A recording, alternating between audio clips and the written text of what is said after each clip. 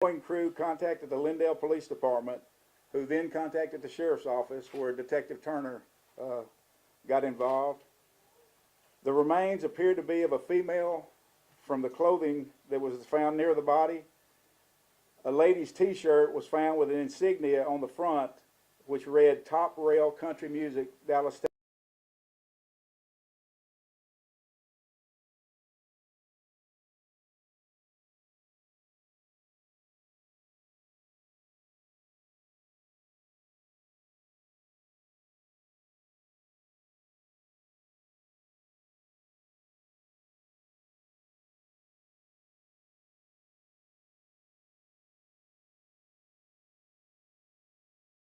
To identify the young female.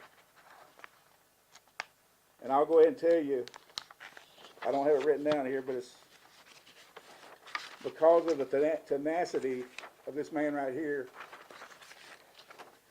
is the reason she has been identified.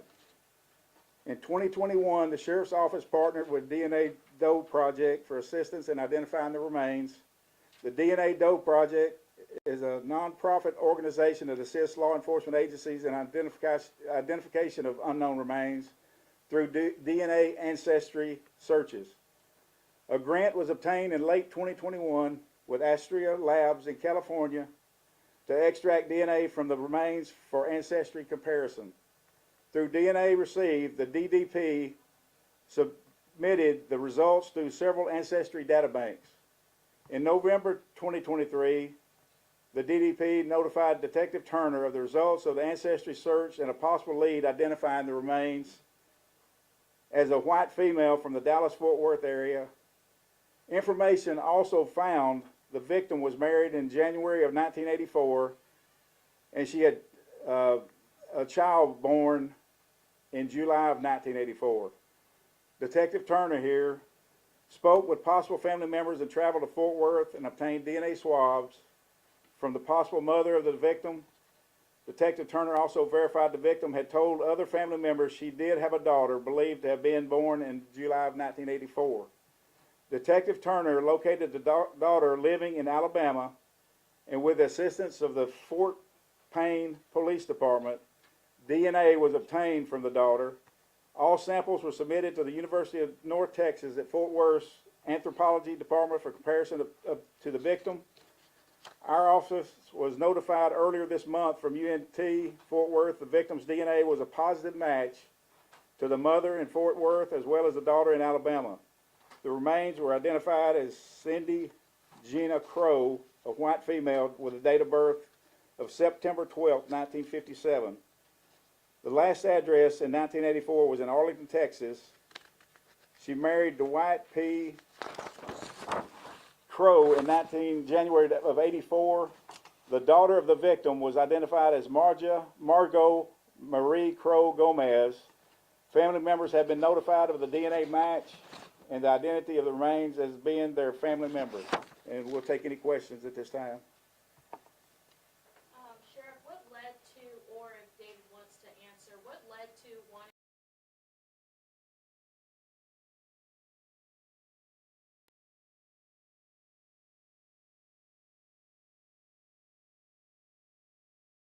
the body, and if at all possible, try to determine what caused the death, and which will be the next part. If it's been so old, so long ago, it's going to be very difficult. Also, when you don't have any organs or anything left in the body, you have nothing but skeletal remains, it's very difficult unless you have a shattered skull or something very prominent to show the cause of death. So the family is glad to find some closure in it, I'm sure. And again, I can tell you, he has been after me forever for the last several years. Ever since I've been here going on 12 years. Sheriff, I need some more money. I need another grant. I need this or that. To further pursue to try to get the remains identified. And the next step for us to do, we feel that it's our obligation to make sure she gets a proper burial. Yeah, was Miss Crow listed as a missing person at this point? It's very hard to tell since we just found out, and you have to go back 25 years, and everything gets purged or gets put in boxes and put in a warehouse. You know, that many years ago, they didn't even have really good databases as far as law enforcement reporting and things of that nature. So that part would be very difficult.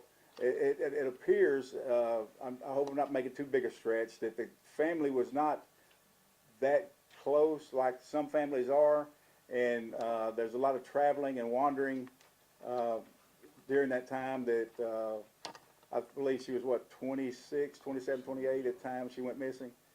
And she had, I don't even know if David's had an opportunity yet to try to locate the husband or ex-husband or whatever. He's deceased. He's deceased, so.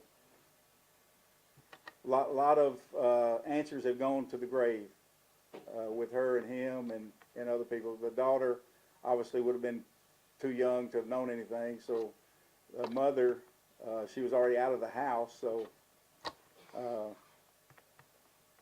had we had missing reports, it would have made it much easier for us to try to get her identified.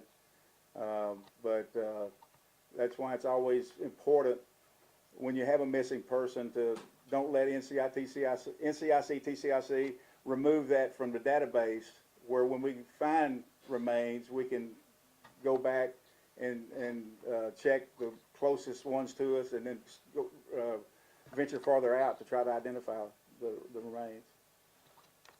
Sheriff, with y'all teaming up with DNA Doe and solving this case that had been unsolved for so many years, is there the potential to do something like this again in the future? Are there other missing person cases that have been around for a while that y'all want to look into or anything like that? There's none here. We don't have any unidentified Right. remains. Right. But if we have a couple, along with Tyler PD, and actually Tyler PD has one too that I kind of do searches on all the time through NAMUS, which is the National Data Bank for Missing Persons. And I'll do searches through them to see if it will possibly have a lead. I'll go one step farther. When I came into office on January 1st, 2013, we had 24 unsolved homicides. We solved 2 of those. We solved 1 that occurred in Fort Worth that through here. And since that date, since January 1st, 2013, we've had 0 unsolved homicides in Smith County, And from you, which is almost unheard of. and you mentioned the family was glad. How do you feel, kind of spearheading, not the office spearheading? Well, we feel proud that we finally stuck with it long enough to get an answer, but I had no doubt. David did all this mostly on unpaid time. He was a reserve deputy. I hired him back when I went into office in January 1st, 2013, but David had worked here when I worked at Gregg County Sheriff's Office from 76 to 87, and he worked over here. We'd worked together some. Then I went to DEA in Denver, and then full circle back to Tyler with ATF, and then we kind of got back together, but we need some more people like him. Yeah, David, having been involved in this case for almost 39 Oh, years, yeah. what is it like to finally identify Ms. Crow? Well, with any case that we solve, whether it's a recent case or an old case, we're always proud of ourselves and glad that we did it. This case here it was always kind of a challenge because, not to correct the sheriff, but she was never reported missing. Her family lived out of state. She wound up back here in Texas, and she just was around everywhere. So, actually her family never knew that she was even married or had a child. So, with the investigative part that the DNA Doe project did, that Rhonda and them did, I followed up on all their leads and learned more than what we walked off with. Yeah. And we want to let Rhonda have an opportunity to speak here today. Rhonda Kevorkian, no relation to Dr. Kevorkian. So Rhonda, if you would, please come up here. I want to show something. Okay. He wants to show you something first. Now, We didn't rehearse this. we didn't rehearse this. We've been around a long time. This is, that's me. I had black hair then. That's Tommy Goodman. Now, he works here now. Did they have Photoshop back in those days? They sure did. And this is Kelly Stroud. He was another one of our detectives. This is the next day after we found the remains, and we went back up there with metal detectors and a shovel, and we had a sift. Back then, you had a sifting screen. You know, you put dirt up there and sift it. We found additional bones, found several items. So I ran across this in the newspaper while I was looking up ads. I got two more I want to show you, but I'm going to let Rhonda speak first, and then I'll tell how we did this, and I'll show you those. Good afternoon. Thank you all for being here today. I'm Rhonda Kevorkian, Executive Director of Human Resources and Education for the DNA Doe Project and team lead for this case. I'm honored to be here alongside the Smith County Sheriff's Department to share this important update with you.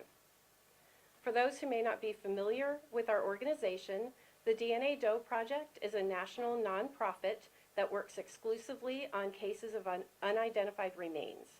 Our expert investigative genetic genealogists volunteer their time and expertise to help bring resolution to these difficult cases. The investigative lead that was provided to the Smith County Sheriff's Department aided in the identification through a process called investigative genetic genealogy. Through this process, our team was able to build the family trees of matching DNA relatives. Common ancestors were found amongst them, suggesting that these ancestors were also in the tree of our unidentified person. We then built forward in time to look for anyone that was unaccounted for. This painstaking work, carried out by a team of our 15 of our volunteers who traveled to Texas to work in a retreat-style event, has led us to this investigative lead. A close relative was on this match list, saving the team hours of work and pointing us to the correct candidate in a matter of hours. I want to thank the Smith County Sheriff's Department and investigator David Turner for allowing us to partner with them on this case. Thank you, David and Betty Edwards, for never giving up on her. I'd also like to acknowledge the crucial contributions of our co-team lead, Robin Espenson, the entire DNA Doe Project team, and all those who worked behind the scenes to support us, including Estrella Forensics, who did the extraction and whole genome sequencing, and Kevin Lord of Sabre Investigations for performing the bioinformatics. Additionally, we are deeply grateful to Ruth Foreman for her hospitality and for providing a warm and welcoming space for our team to work. Our team wishes to express our deepest condolences to Cindy's family and loved ones. We know this is a bittersweet resolution, and our hearts go out to all who grieve her loss. Thank you. I just have one quick question. Yes. During the project, you guys had DNA of Cindy, and that's how you guys kind of went through the tree?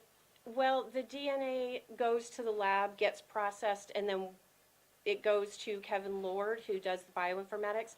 That's where he creates a usable kit for upload. Then it's uploaded to GEDmatch.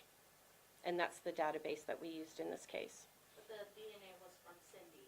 It was from, Well, yes. What we do is the DNA we had from Cindy was actually, it was in CODIS. I sent some of the remains to Australia Labs. They extracted the DNA that was necessary for the ancestry part. Takes a whole lot more for the ancestry DNA than it does for a criminal DNA type thing. So through that, and thank goodness that the first cousin did a genealogy search on herself. So when we uploaded the DNA from Australia Labs, then it spit out through the ancestry data bank the first cousin. After my search and investigating with them, and I got swabs from the mother and from the daughter, then that's ran through CODIS, and then CODIS says, yes, it's a match. So that's basically how we come up with identifier. And so, while we're on that, the DNA Doe people have like a forensic artist, I guess. Yes. So he had taken some, actually the original photos that I gave him from that Swifts did during the original autopsy. And this is what he came up with. This is what he believes she looked like. Whoa, don't stay up, I'm sorry. And that's what, and we also learned that she was part Hispanic and part Italian, is what we also learned. But that's what he drew. And this is her high school picture. So you can see pretty well, he's pretty sharp on the reconstruction. So, but she was, as he said, 26, 27 years old when she disappeared. So. Any other questions? You brought up sifting through evidence on the scene and things like that. Can you sort of speak to the evolution of the technology and what the future for identifying victims looks like? They still use sifters. They still, I was gonna say, they still use sifters. I'm sorry. Yes, they still use sifters. I don't know if I've not been onto a crime scene for years now with our crime, because before we had to do it. We worked our own cases. Now we have our own CSI unit. They go out there, they do the scene, and we don't go in there. You know, we let them do everything. So, but yeah, we actually found through the sifting and with Tommy using the metal detector, we found her watch and an earring. So that, and this was in an area that it was in a kind of a gully, and she'd been there for a year, and it rained, and so most of all this stuff was under 4, 5, 6 inches of mud. So even the bones. So that's why we went back out there the next day and searched more and opened our grid up to get a bigger area and to find. We wanted to find all of her bones. That's the main thing we wanted to do. Were you able to do that? Yes, 99% of them we did. Which is almost unheard of in a situation like that where they've been there a year because of animals, especially around East Texas, wild hogs and then stray dogs and everything. I've seen them where they're scattered all over the forest. So. Yeah, so at the time, y'all were unable to identify her due to limitations in technology? There was no ID on her, no missing report on her. We couldn't, I've done searches through NamUs over the last 38 years trying to identify her. And I've always gotten hits as far as people that matched ours. And one's actually from out of Louisville that's missing. I tracked the parents down, got DNA, and submitted it. It's not them. Another one from Florida, and got hold of her dad, the victim's daddy.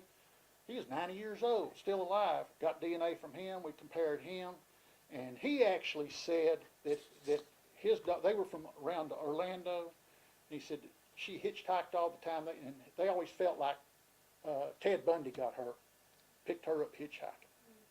So, but trust me, I cannot thank the DNA Doe Project enough, because we would have never identified unless we had done this ancestry thing. And Betty Edwards actually has a Facebook page for Tyler Jane Doe that we've followed for years on there, and talked back and forth for everything, trying to, following up leads. She'd call me and say, check this girl.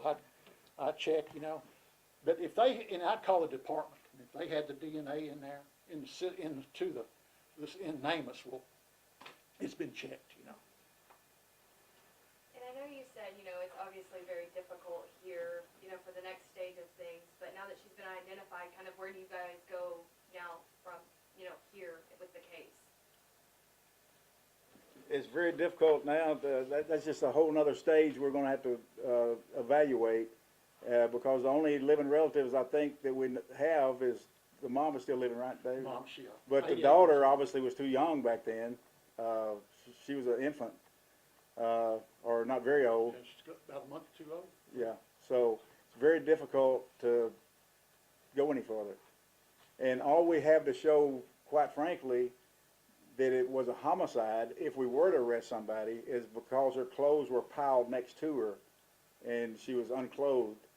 I wasn't there, I was working somewhere else then, so I can't speak to the scene, where they were like just laying there all together, or, obviously, it would look completely differently had animals, torn them off or whatever, and I'm assuming from what I've heard that that was not the case.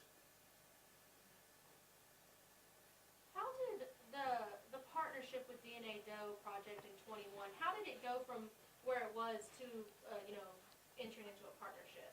Well, I say we partnered with them. Gregg County had two unidentified females over there. And Lieutenant Eddie Hope, who was one of the officers then, he had contacted the DNA Doe Project, and Kevin Lord, and I've had multiple conversations with Kevin also, and talking to Eddie and him telling me, yeah, you need to do this.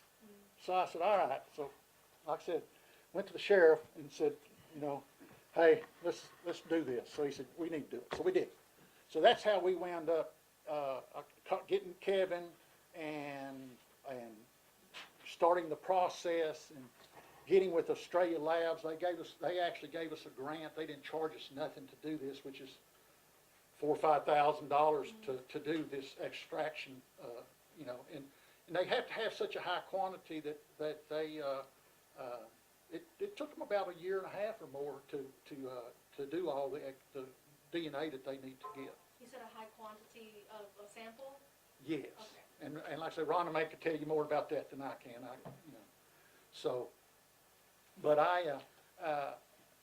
but after we got the results back and they got them submitted through the JED match, it was pretty quick.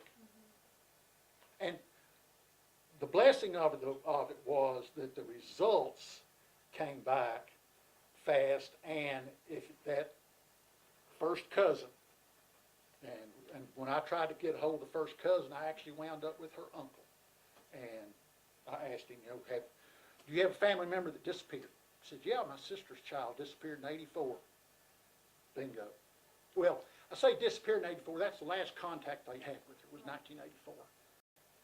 And both Swifts and UNT anthropology folks up in Denton both said that they judged she had been out there for about a year or so. So we found her October 1st, 1985. That's probably right on the button, somewhere around the August time frame. And Sheriff Smith spoke about your tenacity. Where does that drive come from? Being old police, he made a statement one time, which is true, and we've been there together.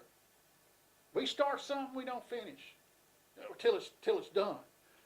Come 5 o'clock, we don't stop. We keep on going. It might be midnight or 2 or 3 We were o'clock. doing the first 48 before that show was ever a dream in anybody's. Yeah. We'd go home, we would work until we identified the last person the decedent was seen with, plus who the person was. We've been doing that for years. It was nothing to work 48 or more hours, round no clock. sleep, nothing. And that's what I attribute to our 100% clearance rate. You have a window of opportunity when you're working a homicide case. And the way I try to show it is the window's moving. If you don't jump through the window early, it's gone.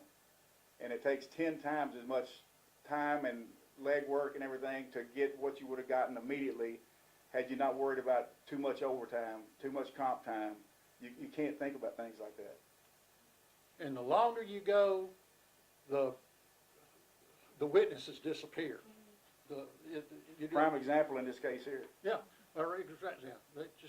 Yeah. Actually, a lot of the stuff that I found out, a lot of the information that I found out too, was from a cousin, I think it would be her cousin, of the child in Alabama that was 11 years old when they showed up in Alabama with the daughter. So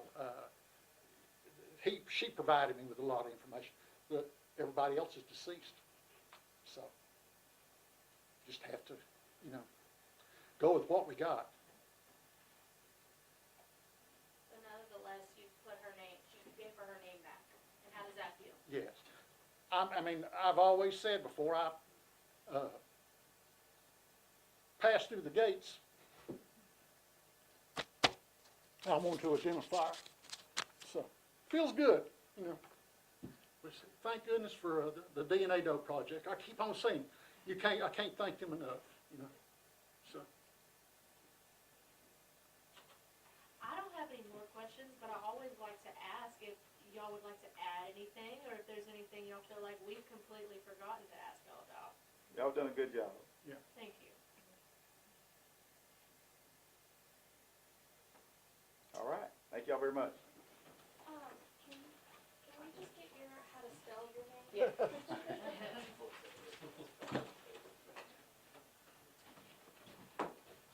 name and your title. It's a long time. So my first name is R-H-O-N-D-A. Last name is K-E-B.